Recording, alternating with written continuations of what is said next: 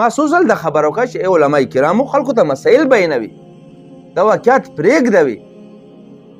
د دې زده کول په موږ فرض نه دي، دغه مسایلو زده کول په موږ فرض دي. جمعې ورځې د خطبې نه مخکې چې کوم اذان کیږي، دغه اذان جواب په خولې نه ورکوي، دغه جواب په زړه کې ورکوي. همدغه شان چې کله خطبه شروع شي، د خطبې په دوران کې به خبرې بالکل نه کوي. څوک چې خبرې کوي هغه ته به همداسې نه وایي چې خبرې مه کوه ګناه ده. تا که چاته وویل چې دا کار مه کوه د خطبې په دوران کې، نو ته ثواب نه محرومه شوي. به چې خطبه شروع شي خاموشي به اختیار کې، که کومه دعا دې غوښتله هغه به په زړه کې غواړي، په خولې باندې بالکل خاموشي وي تر دې چې خطبه ختمه شي. خو افسوس زمونږ په مسلمانانو چې هغه دومره ناپوهه دي چې خطبې په دوران کې به یو بل سره خبرې کوي،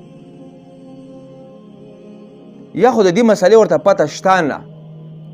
ځکه چې موږ علما کرام ډېر کم مسایل بیانوي، بس اکثر وکې واقعات بیانوي، بني اسرائیلي روایت بیانوي. ما څو ځل د خبرو وکړه چې علما کرامو خلکو ته مسایل بیانوي، دا واقعیت پرېږدوي. د دې زده کول په موږ فرض نه دي، دغه مسایلو زده کول په موږ فرض دي.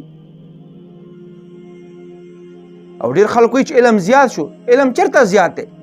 سره څوک په مسلو خبر هم نه دي. نو ډېر ځوانان به تاسو د خطبې په دوران کې وګورئ، هغوی به خبرې کوي. نو یا خو د دې مسلې ورته پته نشته، او که چېرته پته وي بیا خبرې کوي، نو دا خو ډبل ګناه کوي.